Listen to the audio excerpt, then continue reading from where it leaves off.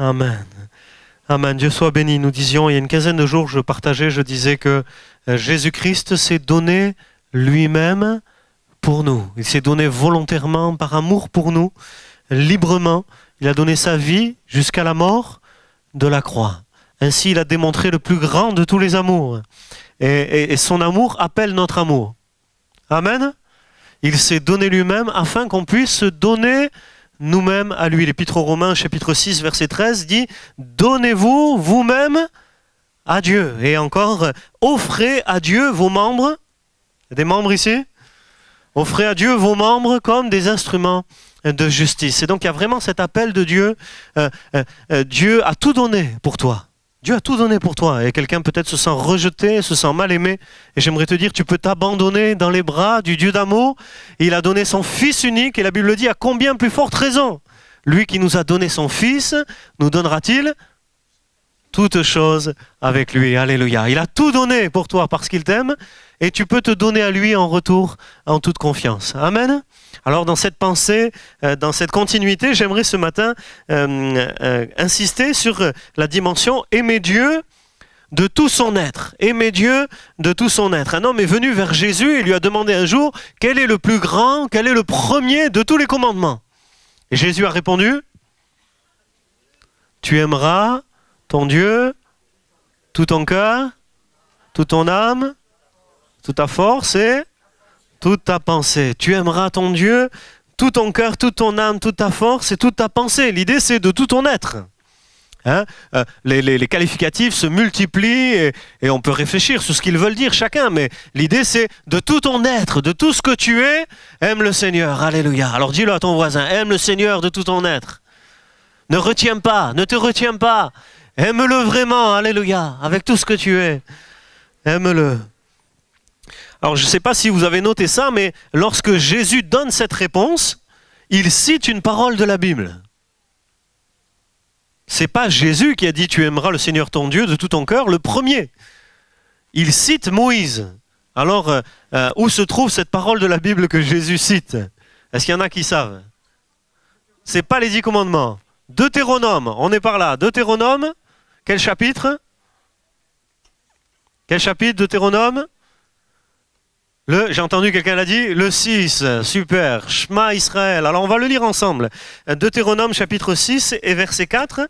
Deutéronome 6, 4, nous lisons ensemble la parole de Dieu. Voilà, Moïse avait déjà donné cette parole et Jésus la reprend en signalant bien qu'il y a là l'essence même de la Bible, le cœur du message de la Bible se trouve ici. Tu aimeras le Seigneur ton Dieu de tout ton cœur, toute ton âme, etc. Et tu aimeras ton prochain comme toi-même. Alors Deutéronome chapitre 6, sur cette première dimension, aimer Dieu de tout son cœur, de tout son être. Deutéronome 6, verset 4. Écoute Israël, dit Moïse, écoute Israël, Shema, Israël en hébreu, l'Éternel, notre Dieu, est le seul éternel. L'Éternel est Rad, l'Éternel est un, il est le seul éternel. Verset 5, tu aimeras l'Éternel, ton Dieu, de tout ton cœur, de toute ton âme et de toute ta force. Et ces commandements que je te donne aujourd'hui seront toujours dans ton cœur. Amen. Alors je ne sais pas si vous savez que ces versets que nous venons de lire ont une place toute particulière dans la vie des Juifs du monde entier, dans leur cœur, dans leur manière de vivre. Que font les Juifs avec ces versets? Est-ce que vous le savez? Qu'est-ce qu'ils font? Quelqu'un me fait un signe comme ça. Hein? Ils les mettent, donc en fait, ils les recopient sur des parchemins. Et ils mettent les parchemins dans des boîtes avec ce qu'on appelle les phylactères. Ils attachent sur le front, sur la main, sur les mains et sur les portes. Hein. Et souvent les Juifs touchent là, c'est ces versets-là. Hein. Et même la mezouza. Et même ils le récitent chaque soir et chaque matin. Ils commencent leur journée, ils finissent leur journée en récitant ce texte. Écoute Israël, l'Éternel, ton Dieu, est le seul éternel, l'Éternel est un, tu aimeras l'Éternel ton Dieu de tout ton cœur, de toute ton âme et de toute ta force. L'idée, c'est que aimer Dieu, c'est vraiment essentiel. C'est vraiment essentiel, vous voyez, c'est au cœur et c'est l'essentiel de la Bible. Alors comme je le disais, une fois j'ai entendu quelqu'un qui m'a dit, bon, moi je vis dans l'amour, j'ai plus besoin de la Bible. Je n'ai pas besoin de la lire. Bon, alors c'est pas vraiment ça l'idée. Hein. L'idée, c'est que la Bible va nous aider à améliorer notre amour pour Dieu et pour notre prochain. Amen. La Bible va nous aider. Alors ce matin, j'aimerais voir 2 points très simples. 2 questions en fait que je me suis posées, 2 axes. D'abord, premièrement, j'aimerais voir les choses qui nous empêchent d'aimer Dieu de tout son être. Voilà, qu'est-ce qui nous empêche? Qu'est-ce qui peut empêcher un être humain d'aimer Dieu de tout son être? Alors bien sûr, je ne citerai que quelques aspects. Vous pourrez vous-même compléter la liste. Alors j'ai pensé d'abord au compromis. Ou ce qu'on pourrait dire, des fois, on veut aimer Dieu et en même temps, on veut aimer ce que Dieu n'aime pas. La Bible parle beaucoup du cœur entier, d'avoir un cœur entier pour l'Éternel, hein, ou du cœur partagé. Et il y a cette idée de l'aimer sans compromis, de refuser le compromis, de l'aimer totalement. Je citais l'exemple, je vais le reciter là, d'un roi d'Israël qui m'a beaucoup touché, qui s'appelle Josaphat. Josaphat est un homme formidable, vraiment un modèle, un bon roi. Mais il avait un problème, et à chaque fois que je lis son histoire, et surtout la suite, quand je vois les conséquences que ça a produit dans sa famille, c'est des choses qui me saisissent. Peut-être un jour on regardera dans le détail, là, je veux juste le raconter rapidement. Il aimait Dieu, mais il avait une idée dans sa tête. Lui, il était roi du Sud, le Nord et le Sud étaient divisés, et lui, il voulait faire l'unité avec le Nord. Ah, il avait ça dans le cœur, il avait ça dans la tête. Le problème, c'est que le roi du Nord, il s'appelait, il y en a qui connaissent l'histoire, Akab. Et Akab, c'était pas quelqu'un qui marchait avec Dieu. Akab, il avait souillé le temple de l'Éternel, enfin les cultes, le culte qui était rendu dans le nord avait été souillé par toutes sortes de statues et de cultes idolâtres. Il adorait les démons, et puis il avait tué ses propres enfants. Il avait tué ses propres enfants en l'honneur des démons. C'était pas... Et Josaphat, il voulait faire l'unité avec lui. Il a dit, tout ce que tes guerres sont mes guerres, on y va ensemble, on part ensemble. Il a marié ses enfants, ils ont fait des alliances, etc. Le compromis, avec des conséquences désastreuses. Je n'ai pas le temps de regarder là en détail, mais des fois, on veut aimer Dieu et en même temps, on veut aimer ce que Dieu n'aime pas. Et, vous comprenez? Il y a un problème. Bon, deuxièmement, un peu dans cette pensée, dans cette continuité, juste je cite quelques exemples comme ça, le problème c'est aussi souvent l'amour du péché. L'amour du péché. Et je disais, vous savez, d'être pécheur, ça ne nous empêche pas d'aimer Dieu. Hein. On est tous pécheurs ici. Bon, si tu es pécheur, ça ne t'empêche pas d'aimer Dieu. Dis-le à ton voisin, tu peux être pécheur et tu peux quand même aimer Dieu. On peut aimer Dieu. On peut aimer Dieu en étant pécheur. Enfin, rassure ton voisin. Je sais qu'il y a des gens qui s'inquiètent ici, là. Il y a des gens qui s'inquiètent parce qu'on est tous concernés là par le péché. Hein. Je comprends que vous vous inquiétiez. Mais on peut être pécheur et aimer Dieu. Alors, on est tous pécheurs et on aime Dieu quand même. Alléluia. Mais il y a être pécheur et il y a l'amour du péché. Il y a l'amour du péché. Et l'amour du péché nous empêche d'aimer Dieu vraiment. Parce que l'amour de Dieu et l'amour du péché ne peuvent pas cohabiter ensemble. Et bon, je pensais à ça, mais j'aimerais dire ce matin, tu peux te tourner vers Dieu avec tes péchés. Tu peux recevoir le pardon.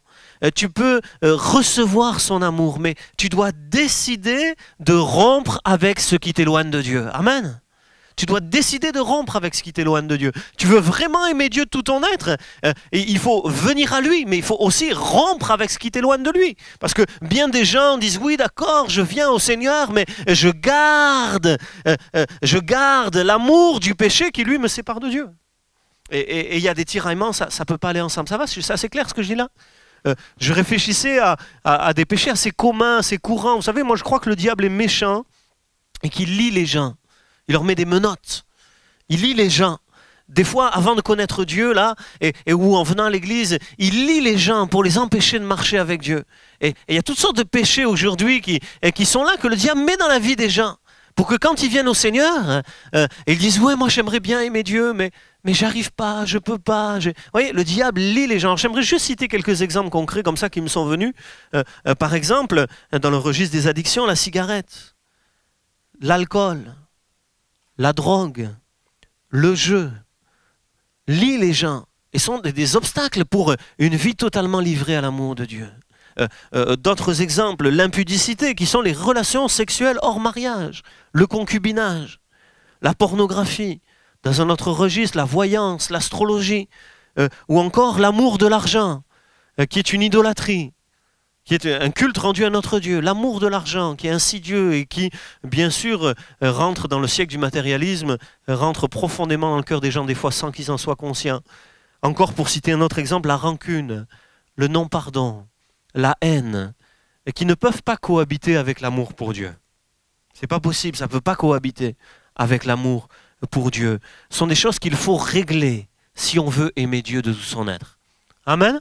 Il y a des gens qui disent Amen là? Il faut régler, il y a des choses à régler pour pouvoir aimer Dieu de tout son être. Vous savez, dire j'aime Dieu vraiment, et on l'entend quelquefois, hein, dire j'aime Dieu vraiment et pratiquer ses péchés, c'est se séduire soi-même. C'est se tromper soi-même. Et moi, je ne dis pas ça pour pointer quelqu'un du doigt ou pour vous pointer du doigt, mais pour avertir, pour ouvrir les yeux, pour que chacun puisse réaliser ici l'entrave que constitue le péché pour pouvoir aimer Dieu. Amen. Amen. Juste un autre aspect auquel j'ai pensé aussi. Donc l'amour du péché, c'est vraiment un problème. Ça nous empêche d'aimer Dieu. Ce qui nous empêche d'aimer Dieu de tout son être aussi, ne pas connaître Dieu vraiment. Vous savez, je me disais en pensant à ça, que plus on le connaît, plus on l'aime. Alléluia. Hein. Et des fois, notre amour, il est petit, pas de tout son être, parce que notre connaissance de Dieu, elle est petite. Et si quelqu'un au milieu de nous, là, découvre le Seigneur, découvre les choses de Dieu, désire l'aimer, et sent que son amour est petit, moi j'aimerais t'encourager et te dire, cherche à le connaître. Plus tu vas le connaître, plus tu vas l'aimer. Il n'y a pas de problème. Et simplement cherche à le connaître, mets-toi à le chercher réellement, cherche dans la Bible, dans la prière, dans l'église, dans les réunions, à faire des expériences avec lui. Plus on réalise qui il est, plus on le découvre dans la parole de Dieu, plus on fait d'expériences avec lui, et plus on a de facilité à l'aimer sans restriction. Alléluia. Amen. Amen. D'ailleurs, je parlais du péché, mais dans ma vie, j'ai fait cette expérience de réaliser que plus je connais Dieu, plus je l'aime, et plus je trouve de force dans son amour pour me détacher du péché. Amen. Ça va, c'est assez clair, ça, je crois que c'est important. Plus je le connais, plus je l'apprécie, plus je l'aime, et plus j'ai de facilité à me défaire de ce qui m'empêcherait de m'approcher de lui. Alléluia. Amen. Amen. Vous savez, je ne sais pas pourquoi je dis ça, mais un jeune homme tombe amoureux d'une jeune fille.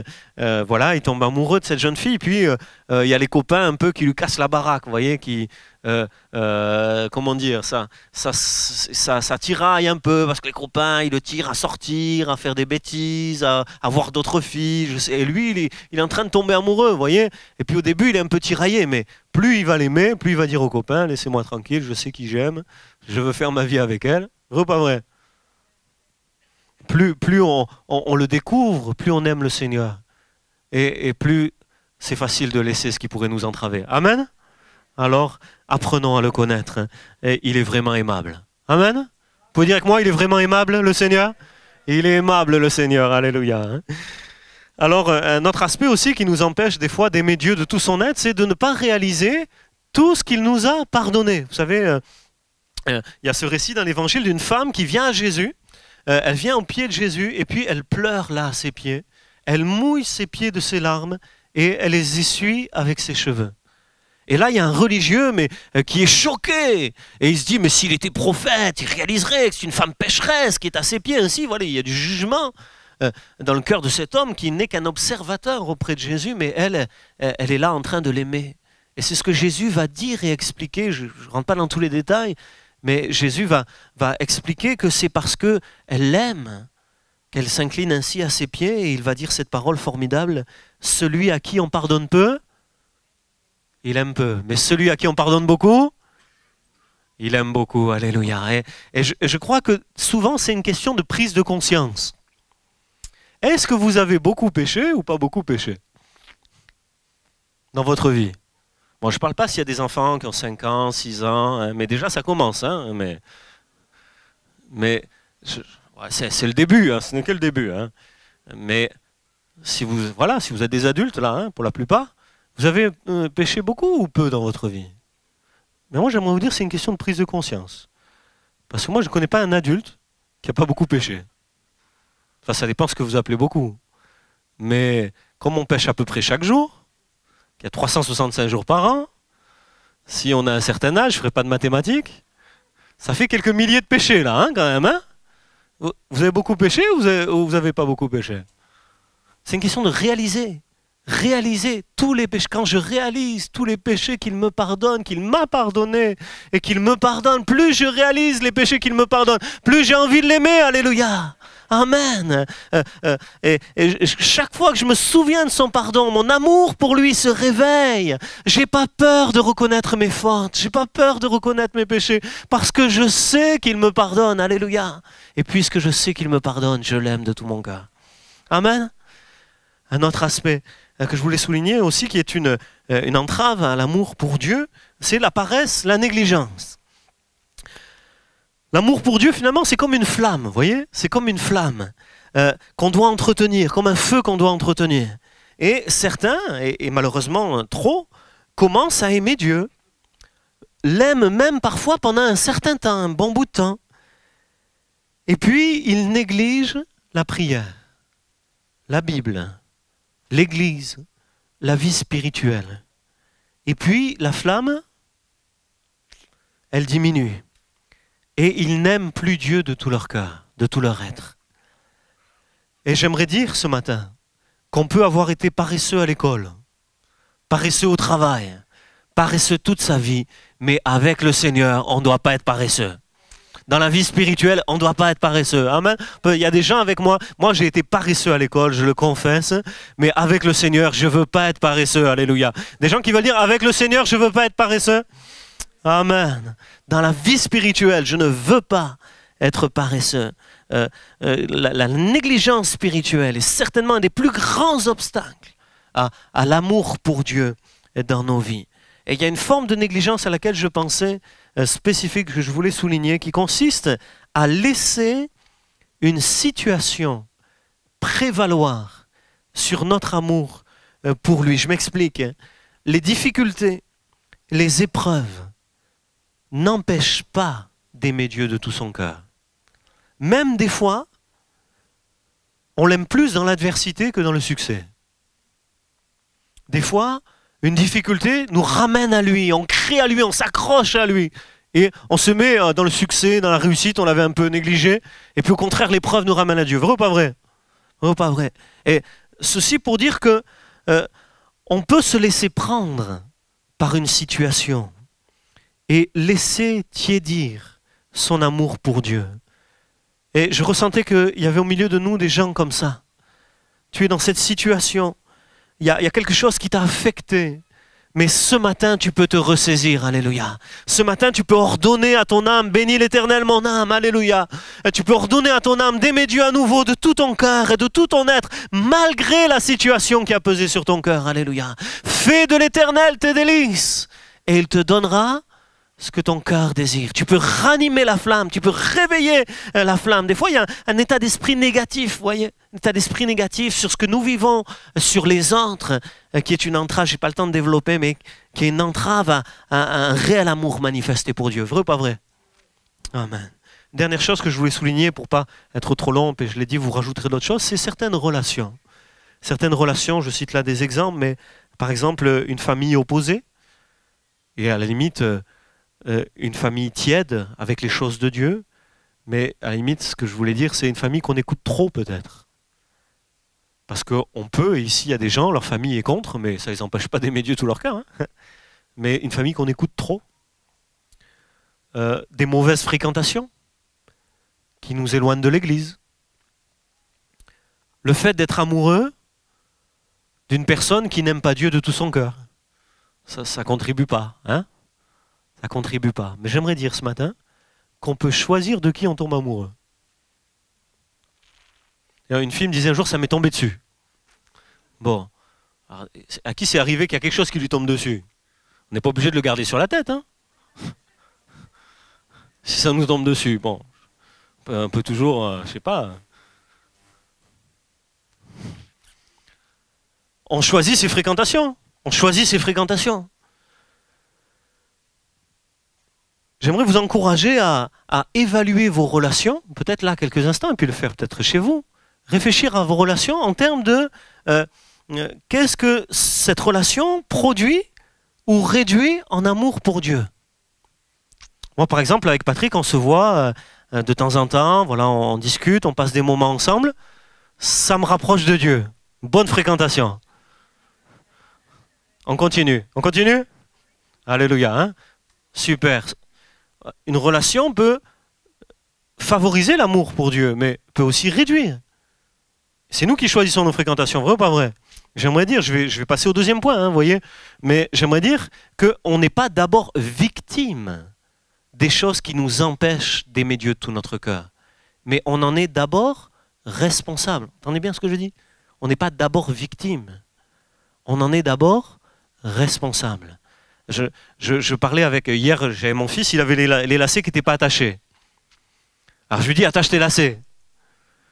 Et il me répond, c'est les lacets qui se défendent toujours. Ils se défendent toujours, ces lacets. J'en ai marre, ils se défendent toujours. Alors oui, comme je réfléchissais à ça, je me disais, bon, c'est vrai, des fois, il y a des lacets qui se défendent plus que d'autres. Hein, c'est possible. C'est possible. Vous voyez, je reparlais ce matin, il me disait, c'est le fabricant de chaussures qui a fabriqué des chaussures avec des lacets qui se défendent. C'est des fois, bon.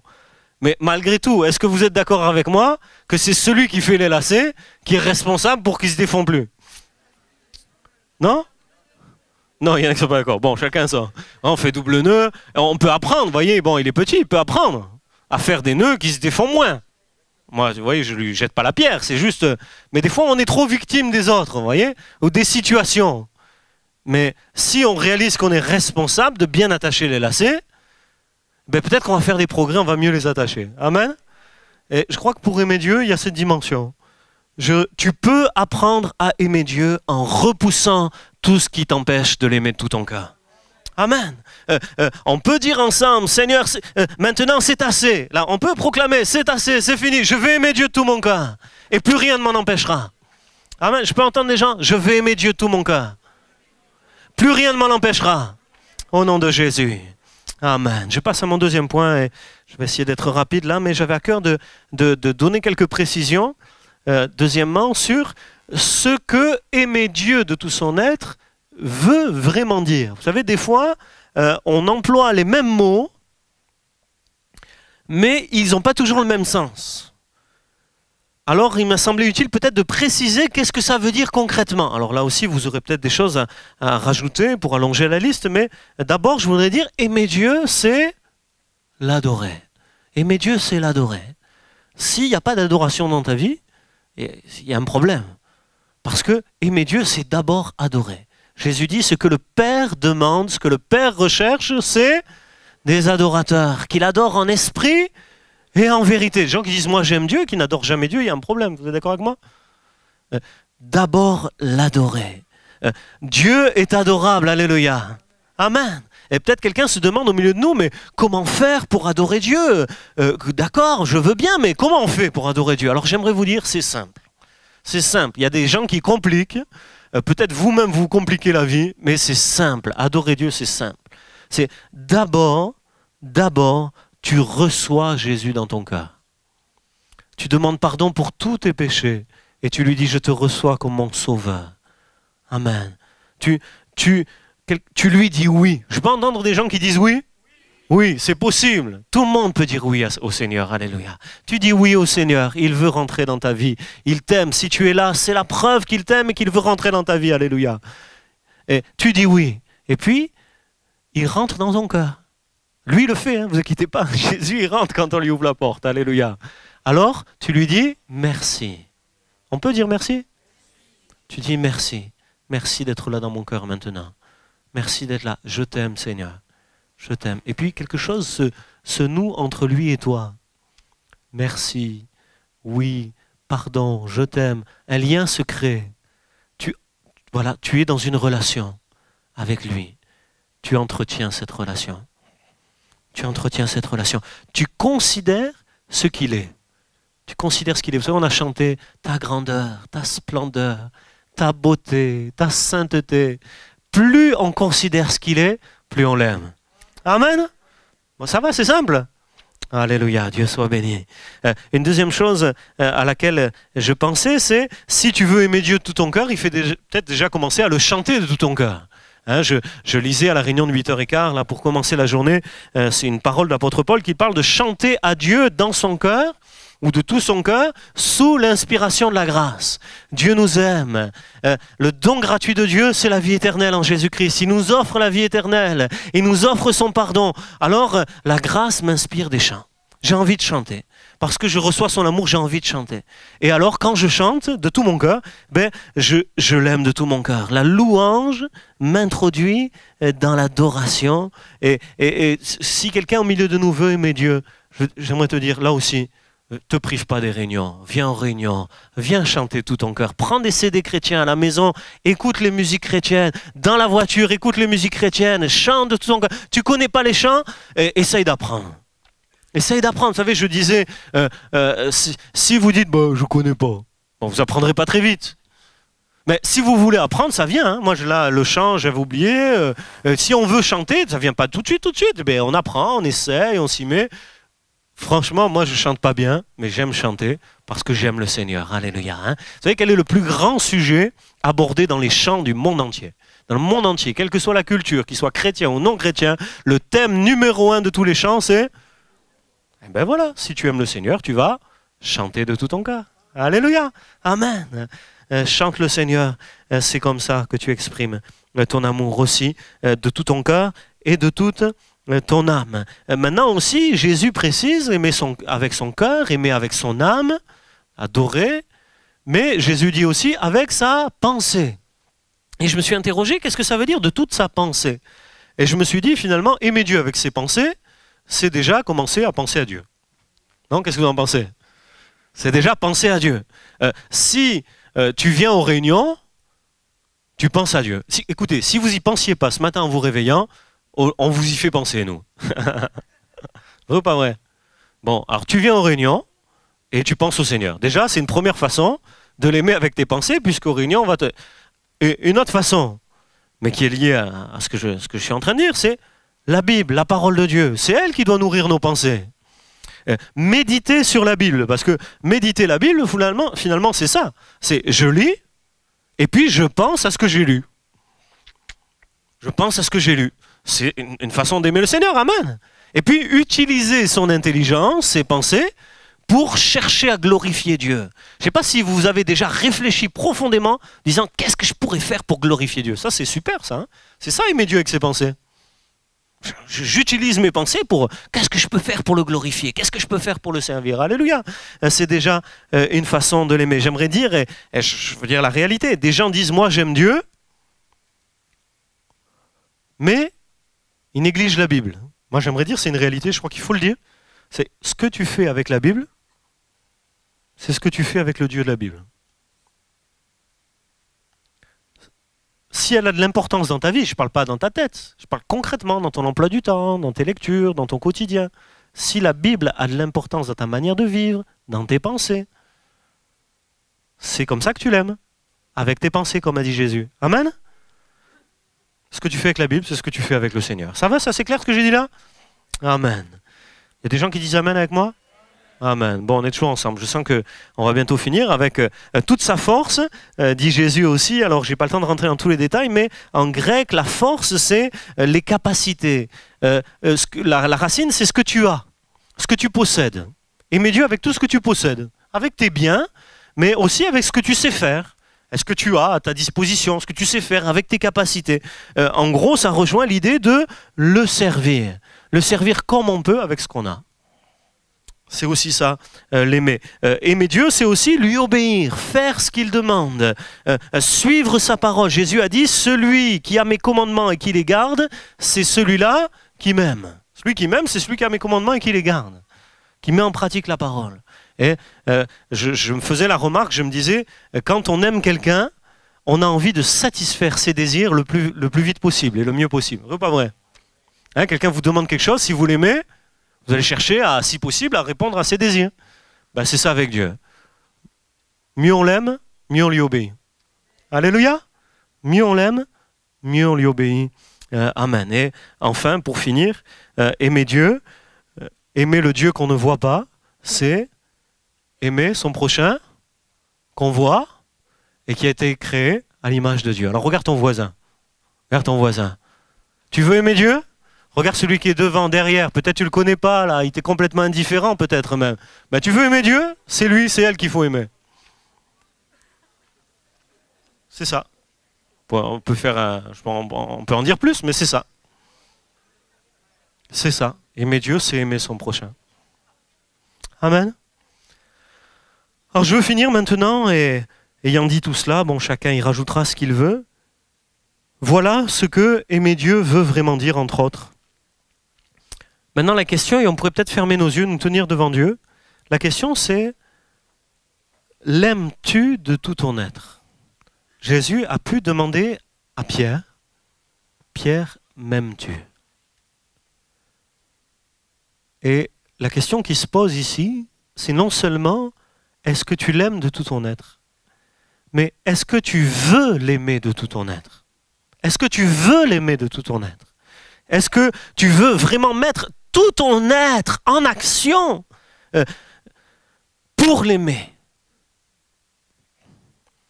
Et ça, c'est à chacun d'y répondre. Et alors qu'on a tous les yeux fermés, j'aimerais qu'on garde les yeux fermés là, et juste peut-être juste le pianiste qui me rejoint avec le chanteur, si vous le voulez bien, si on peut faire ça comme ça, juste le pianiste et le leader de chant, alors qu'on garde tous les yeux fermés.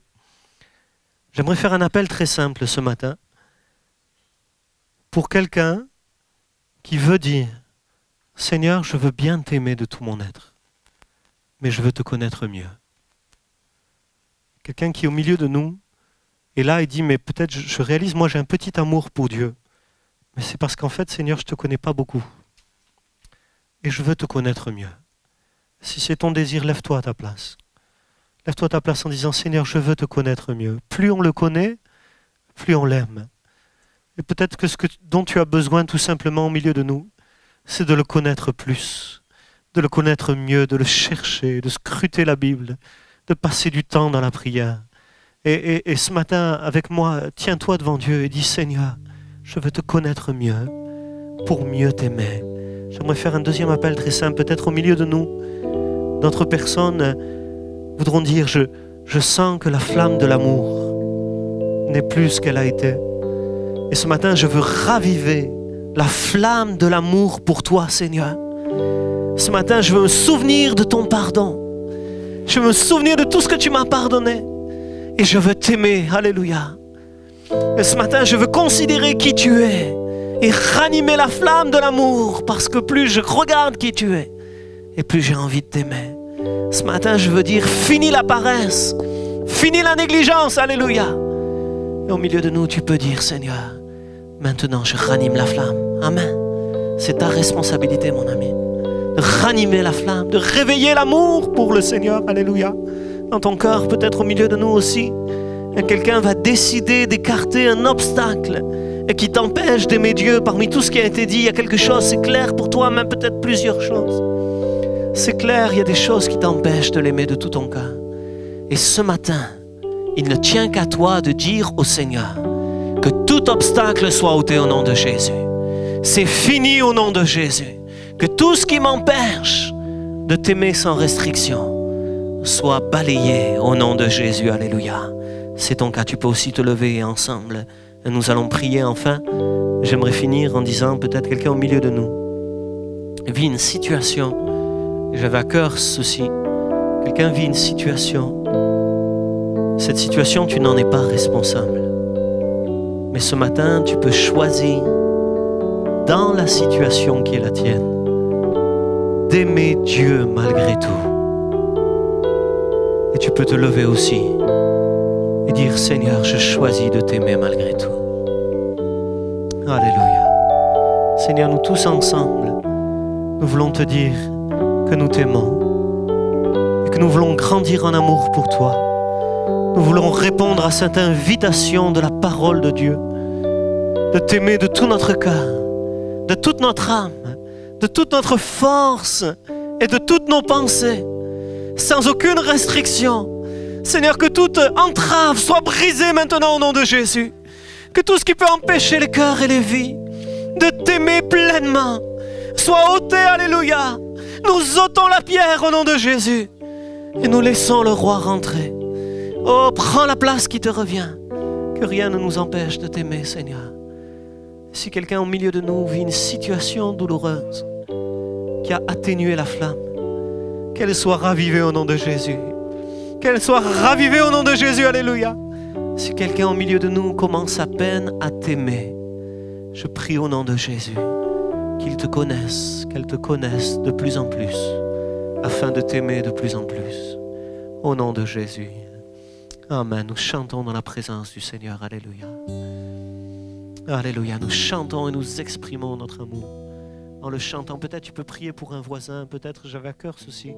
On va chanter et peut-être ceux qui ont envie peuvent prier pour une personne qui est avec.